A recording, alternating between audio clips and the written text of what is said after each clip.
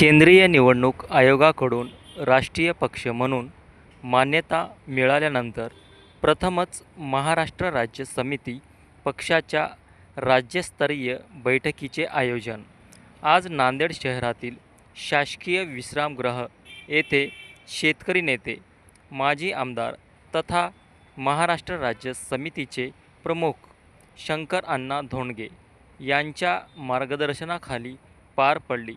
या महाराष्ट्र राज्य समिती म्हणजे शॉर्ट फॉर्ममध्ये MRS या आमच्या पक्षाला केंद्रीय निवडणूक आयोगाची रीतसर मान्यता मिळालेली आहे आणि मान्यता मिळाल्यानंतर ही राज्यभरातल्या प्रमुखांची प्रथमच ही पहिली बैठक आहे. सर्वसाधारण या पक्षाची महाराष्ट्राच्या वाटचालीची पुढची दिशा, संघटनात्मक भूमिका या बाबीवर चर्चा करण्यासाठी या सर्व आमच्या वरिष्ठ सहकाऱ्यांना कॉल दिला होता आणि योगायोगानं आजच्या या बैठकीमध्ये आमचे महाराष्ट्राचे अध्यक्ष म्हणून आज सर्वानुमते निवड झाले ते आमचे जगदीश नाना बोंडे अमरावतीचे आहेत.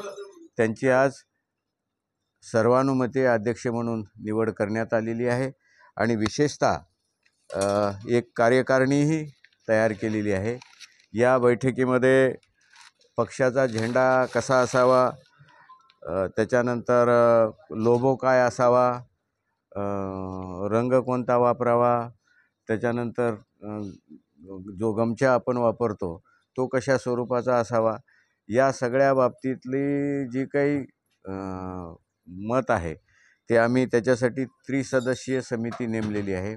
त्यामध्ये नीलमताई खेमनर, दत्ता पवार आणि प्राध्यापक सोलापूरचे आमचे पंढरपूरचे मारोतराव जाधव त्यांनी 1 आठवड्यामध्ये आपला अहवाल आमच्या पक्षाकडे द्यायचा आहे आणि मग ते आम्ही निश्चित करू.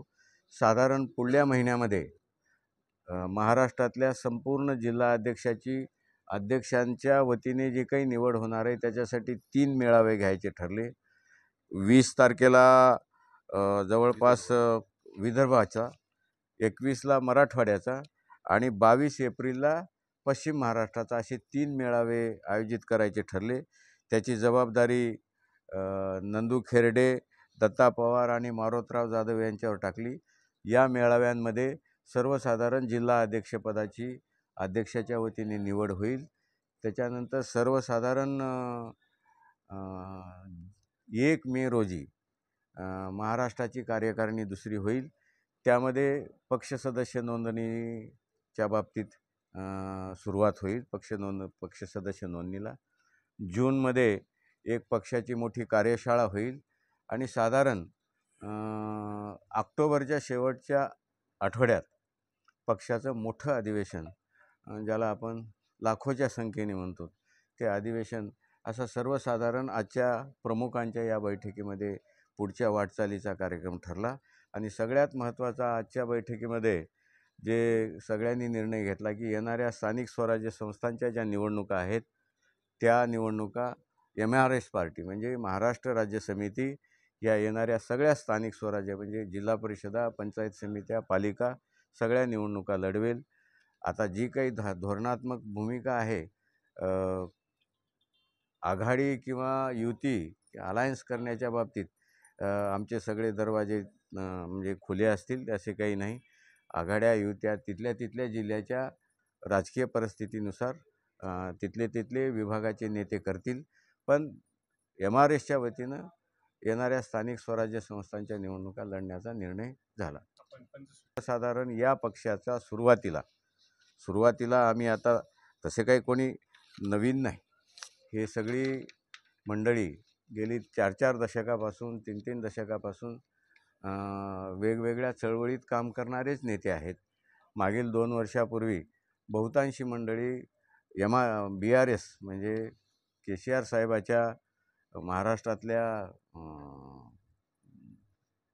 मुवमेंटमध्ये ही सगळी जवळपास मंडळी इन्व्हॉल्वही होती. आणि अबकी बार किसान सरकार हा जो काही नारा आणि त्याला महाराष्ट्राने जो प्रतिसाद दिला त्या चळवळीतली बरीचशी मंडळी आहे. महाराष्ट्रात MRSची कामाची सुरुवात करताना आम्ही एक सुरुवातीला कार्यक्रमात मोठा पुढे बदल होत जाईल.